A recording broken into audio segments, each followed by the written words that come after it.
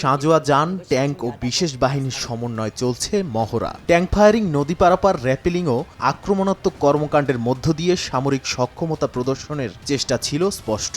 উত্তর কোরিয়ার কৌশলগত প্রশিক্ষণের এই দৃশ্য সম্প্রচার করেছে কেসিআরটি। দাবি করা হয় দেশটির সর্বোচ্চ নেতা কিম নিজে উপস্থিত ছিলেন অবজারভেশন পোস্টে।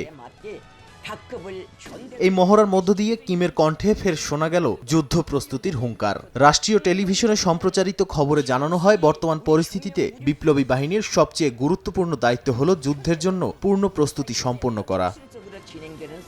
সামরিক মহড়া দিয়ে যুক্তরাষ্ট্রকে শক্তিশালী বার্তাও দিয়েছেন কিম। সম্প্রতি তিনি বলেন, যুক্তরাষ্ট্র যদি রাশিয়ার বিরুদ্ধে সামরিক উস্কানি চালিয়ে যায়, তাহলে উত্তর কোরিয়া শক্তি প্রয়োগে পিছপা হবে না।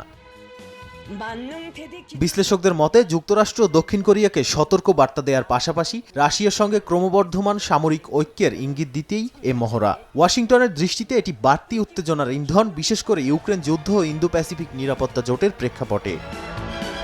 নাদিম মারজান, সময় সংবাদ।